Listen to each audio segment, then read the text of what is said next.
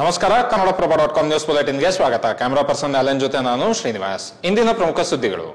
2024-25ನೇ ಸಾಲಿನ SSLC ವಾರ್ಷಿಕ ಪರೀಕ್ಷೆಯ ಫಲಿತಾಂಶ ಇಂದು ಪ್ರಕಟಗೊಂಡಿದ್ದು, ಈ ವರ್ಷ 66.14% ವಿದ್ಯಾರ್ಥಿಗಳು ತೇರ್ಗಡೆ ಹೊಂದಿದ್ದಾರೆ.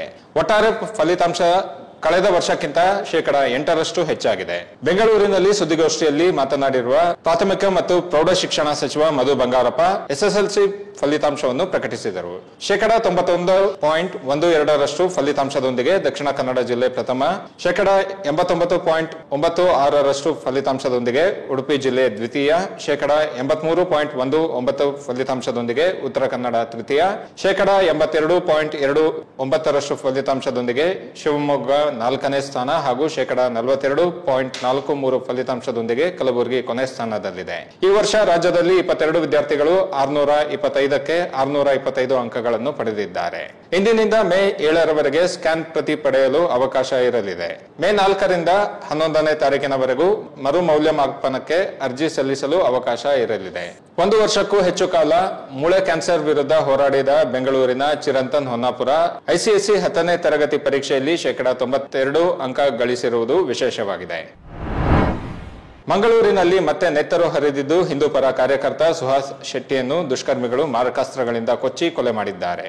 ಸುಹಾಸ್ ಶೆಟ್ಟಿಯನ್ನು ಗುರುವಾರ ರಾತ್ರಿ 8:27ರ ಸುಮಾರಿಗೆ ಮಂಗಳೂರಿನ ಹೊರವಲಯದ ಬಜ್ಪೆ ಪೊಲೀಸ್ ಠಾಣಾ ವ್ಯಾಪ್ತಿಯ ಕಿನ್ನಿ ಪದವು ಎಂಬಲ್ಲಿ ಬರ್ಬರವಾಗಿ ಕೊಚ್ಚಿ ಕೊಲೆ ಮಾಡಲಾಗಿದೆ. ಸುಹಾಸ್ ಶೆಟ್ಟಿ ಈ ಹಿಂದೆ ಬಜರಂಗ ದಳದ ಕಾರ್ಯಕರ್ತರಾಗಿದ್ದರು ಮತ್ತು ಅವರ ವಿರುದ್ಧ ಕೊಲೆ ಪ್ರಯತ್ನದ ಪ್ರಕರಣಗಳು ದಾಖಲಾಗಿದ್ದವು. ಸುಹಾಸ್ ಶೆಟ್ಟಿ ಕೊಲೆಗೆ ಕಾಂಗ್ರೆಸ್ ಸರ್ಕಾರದ ತುಷ್ಟೀಕರಣವೇ ಕಾರಣ ಎಂದು ಬಿಜೆಪಿ ಆರೋಪಿಸಿದೆ.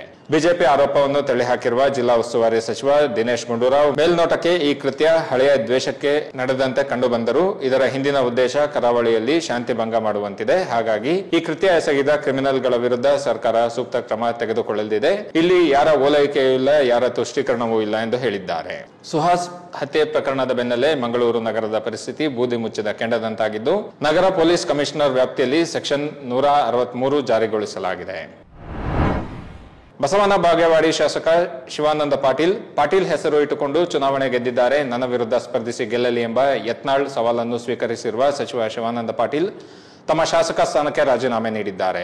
ಸ್ಪೀಕರ್ UT ಖಾದರ್ಗೆ ರಾಜೀನಾಮೆ ಪತ್ರ ನೀಡಿರುವ ಶಿವಾನಂದ ಪಾಟೀಲ್, ಬಸನಗೌಡ ಪಾಟೀಲ್ ಯತ್ನಾಳ್ ಸವಾಲು ಹಾಕಿರುವಂತೆ ಶಾಸಕ ಸ್ಥಾನಕ್ಕೆ ರಾಜೀನಾಮೆ ಸಲ್ಲಿಸಿ ಅವರ ರಾಜೀನಾಮೆ ಅಂಗೀಕಾರವಾದರೆ ಮಾತ್ರ ದಯಮಾಡಿ ನನ್ನ ರಾಜೀನಾಮೆಯನ್ನು ಅಂಗೀಕರಿಸುವಂತೆ ತಮ್ಮಲ್ಲಿ ಕೋರುತ್ತೇನೆ ಎಂದು ರಾಜೀನಾಮೆ ಪತ್ರದಲ್ಲಿ ಉಲ್ಲೇಖಿಸಿದ್ದಾರೆ. ಶಿವಾನಂದ ಪಾಟೀಲ್ ಅವರು ಶಾಸಕ ಸ್ಥಾನಕ್ಕೆ ರಾಜೀನಾಮೆ ನೀಡಿರುವ ಪತ್ರವನ್ನು ಶುಕ್ರವಾರ ಹಸ್ತಾಂತರಿಸಿದ್ದಾರೆ. ಆದರೆ ರಾಜೀನಾಮೆ ಪತ್ರ ಸರಿಯಾದ ಕ್ರಮದಲ್ಲಿ ಇಲ್ಲದಿರುವುದು ಚರ್ಚೆಗೆ ಗ್ರಾಸವಾಗಿದೆ. ಚಾಮರಾಜನಗರ ಜಿಲ್ಲಾಧಿಕಾರಿ ಕಚೇರಿಯಲ್ಲಿ ಬಾಂಬ್ ಇರಿಸಲಾಗಿದೆ ಎಂಬ ಬೆದರಿಕೆ ಇಮೇಲ್ ಸಂದೇಶ ಬಂದಿದ್ದು, ಆತಂಕದ ವಾತಾವರಣ ಸೃಷ್ಟಿಯಾಗಿತ್ತು. ಬೆಳಿಗ್ಗೆ 8 ಗಂಟೆಗೆ ಜಿಲ್ಲಾಧಿಕಾರಿ ಕಚೇರಿಯ ಇಮೇಲ್ಗೆ ಬೆದರಿಕೆ ಸಂದೇಶ ಬಂದಿದ್ದು, ಸುದ್ದಿ ತಿಳಿಯುತ್ತಿದ್ದಂತೆಯೇ ಅಧಿಕಾರಿಗಳು ಹಾಗೂ ಸಿಬ್ಬಂದಿ ತೀವ್ರ ಆತಂಕಕ್ಕೆ ಒಳಗಾಗಿದ್ದರು. ಇದೇ ಮಾದರಿಯಲ್ಲಿ ರಾಯಚೂರು ಜಿಲ್ಲಾಧಿಕಾರಿ ಕಚೇರಿಗೂ ಬಾಂಬ್ ಬೆದರಿಕೆ ಮೇಲ್ ಬಂದಿದೆ. ಬಾಂಬ್ ನಿಷ್ಕ್ರಿಯ ದಳ ಹಾಗೂ ಶ್ವಾನ ದಳ ಬಾಂಬ್ ಶೋಧ ಕಾರ್ಯಾಚರಣೆಯಲ್ಲಿ ತೊಡಗಿವೆ. ಸಚಿವೆ ಲಕ್ಷ್ಮೀ ಹೆಬ್ಬಾಳ್ಕರ್ಗೆ ಅವಹೇಳನಕಾರಿ ಪದ ಬಳಕೆ ಪ್ರಕರಣ ಸಂಬಂಧ ಬಿಜೆಪಿ MLC CT ರವಿಗೆ ಹಿನ್ನಡೆಯಾಗಿದೆ. ಲಕ್ಷ್ಮೀ ಹೆಬ್ಬಾಳ್ಕರ್ ನೀಡಿದ್ದ ದೂರು ರದ್ದು ಕೋರಿ CT ರವಿ ಸಲ್ಲಿಸಿದ್ದ ಅರ್ಜಿಯನ್ನು ಕರ್ನಾಟಕ ಹೈಕೋರ್ಟ್ ಇಂದು ವಜಾ ಮಾಡಿದೆ. ಇದು ಶಾಸನ ಸಭೆಯ ವಿನಾಯಿತಿಗೆ ಒಳಪಡುವುದಿಲ್ಲ ಎಂದು ನ್ಯಾಯಮೂರ್ತಿ M ನಾಗಪ್ರಸನ್ನ ಅವರಿದ್ದ ಹೈಕೋರ್ಟ್ ಪೀಠ ಅಭಿಪ್ರಾಯಪಟ್ಟಿದೆ. ಇವು ಇಂದಿನ ಪ್ರಮುಖ ಸುದ್ದಿಗಳು. ವಿವರವಾದ ಸುದ್ದಿಗಳಿಗಾಗಿ ಕನ್ನಡಪ್ರಭ.com ನೋಡಿ. ನಮಸ್ಕಾರ.